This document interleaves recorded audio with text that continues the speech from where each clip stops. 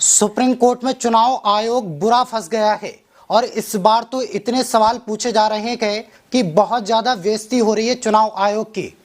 जैसा कि आप जानते हैं, पहले चरण से लेकर चौथे चरण तक तस्वीरें, वीडियो, खबरें सामने निकल कर आई कि फर्जी मतदान हो रहा है, धांधली हो रही है, चोरी हो रही है, चुनाव आयोग एक्शन लो। लेकिन चुनाव आयोग ने एक्शन लेना तो दूर की बात है, किसी तरह का कोई जवाब तक नहीं दिया। अब कार्रवाई ना करना चुनाव आयोग पर उल्टा पड़ता हुआ नजर आ रहा है। जी हां, आपको बता दूं, चौथे चरण के मतदान के बाद बड़ी खबर सामने निकल कर आई, जिसमें सुप्रीम कोर्ट में एक बार फिर से चुनाव आयोग के खिलाफ याचिका दाखिल कर दी गई और इसने सुप्रीम कोर्ट के ही फैसले को सुप्रीम कोर्ट में चैलेंज किया है। सीजेआई चंद्रचूड़ से मांग की गई कि आप इस याचिका पर तत्काल सुनवाई कीजिए। अगर ये सुनवाई नहीं हुई तो ये लोकतंत्र के लिए खतरनाक होगा। तो क्या सबूत पेश किए गए ईवीएम धांधली को लेकर, क्या दावे किए जा रहे हैं, आपको दिखाऊंगा। लेकिन उससे पहले बिग ब्रेकिंग दिखाता हूं। आप अपनी स्क्रीन पर न्यूज 24 की खबर देखिए, जिसमें लिखा है, ईवीएम वीवीपैट मामले में सुप्रीम कोर्ट द्वारा सुनाए गए फैसलों को चुनौती दी गई है। सुप्रीम कोर्ट ने ईवीएम में दर्ज वोटों को 100% वीवीपैट पर्चियों के साथ मिलान की मांग को खारिज कर दिया था। याचिका में कहा गया कि फैसले में सिंबल लोडिंग यूनिट में छेड़छाड़ और उनके ऑडिट की आवश्यकता को नजरअंदाज नहीं किया गया है। सुप्रीम कोर्ट में कहा गया, सुप्रीम कोर्ट ने 26 अप्रैल को ईवीएम को लेकर जो फैसला सुनाया उसमें दोष है, इसलिए एक बार फिर से पुनर्विचार याचिका दाखिल की गई और फिर से सुनवाई करने की मांग की गई। कहा यह जा रहा है कि ईवीएम के एसएलयू में छेड़छाड़ से लेकर उसके ऑडिट को नजरअंदाज किया गया। दरअसल एसएलयू को लेकर 26 अप्रैल को सुप्रीम कोर्ट ने फैसला सुनाया था। तो जस्टिस खन्ना ने कहा था, सुप्रीम कोर्ट के आदेश पर चुनाव आयोग ने बदला ईवीएम वीवीपैट से जोड़ा प्रोटोकॉल, दिए ये निर्देश। क्या निर्देश हैं, खबर में आगे लिखा है। सुप्रीम कोर्ट ने निर्वाचन आयोग को मतदान के बाद इलेक्ट्रॉनिक वोटिंग मशीनों में चिन्ह लोड करने वाली स्टोर यूनिट को 45 दिनों के लिए स्ट्रांग रूम में सुरक्षित करने के निर्देश दिए थे, जिसके बाद आयोग ने कुछ बदलाव किए।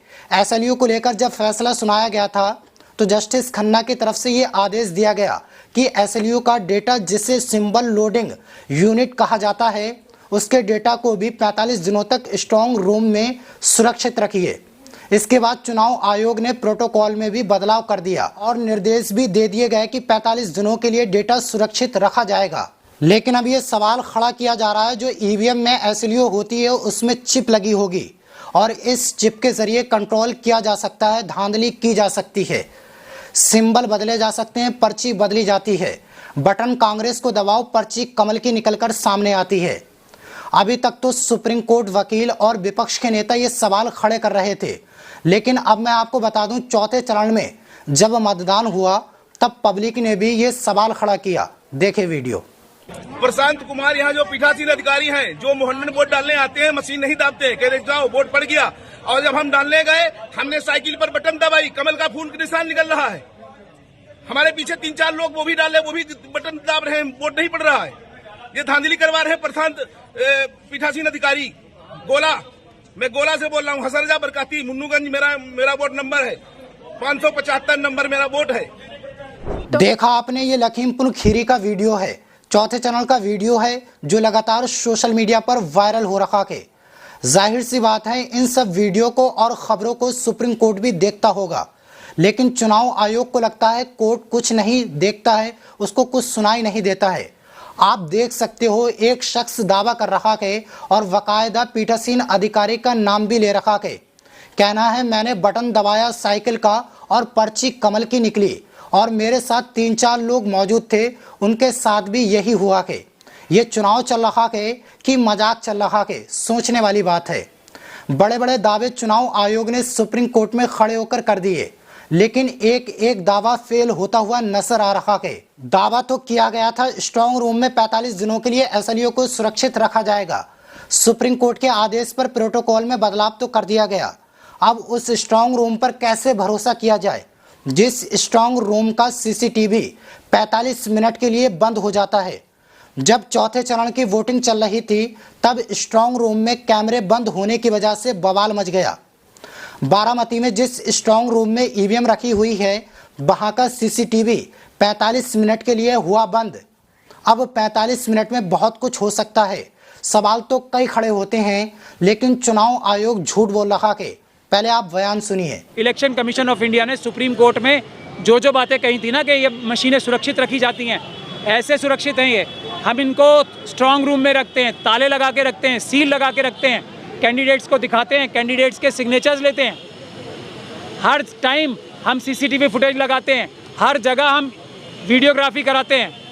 इन मशीनों को कोई छू भी नहीं सकता।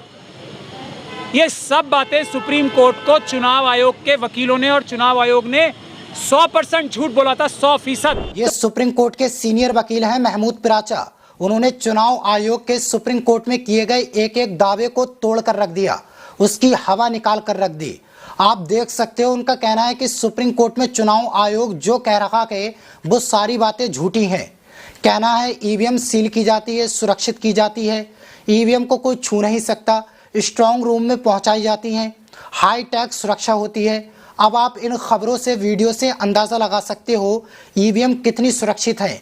ईवीएम को लेकर सुप्रीम कोर्ट में चुनाव आयोग ने कहा था जैसे ही वोटिंग खत्म होती है तुरंत उसे सुरक्षित स्ट्रांग रूम में पहुंचा दिया जाता है, लेकिन अब उसी ईवीएम को सड़कों पर टहलाया जा रहा है। आप वीडियो देख सकते हो, मैनपुरी की ये वीडियो है जब तीसरे चरण का मतदान संपन्न हुआ। वैसे ही चुनाव अधिकारी हैं, उन्हें किसी तरह की कोई गाड़ी तक उपलब्ध कराई गई नहीं कराई गई। आप देख सकते हो ईवीएम को लेकर जा रहे हैं मतदान करवाने के बाद, वो भी पैदल। अब ऐसे हालातों में चुनाव आयोग की बातों पर कितना ही भरोसा किया जाए, आप समझ सकते हो। पर सुप्रीम कोर्ट के सीनियर वकील महमूद पिराचा ने रामपुर से जब चुनाव लड़ा तो उन्होंने इसी बीच बहुत सबूत इकट्ठे किए। उनका कहना है जो चुनाव आयोग बोल रहा है सील लगा दी जाती है, स्ट्रांग रूम में पहुंचा दिया जाता है, वही चुनाव आयोग सील को तोड़ता है और चुनाव में धांधली करता है, वोटिंग में फेरबदल करता है। इसी बात के सबूत लेकर महमूद पिराचा चुनाव आयोग के पास ज्ञापन लेकर पहुंचे।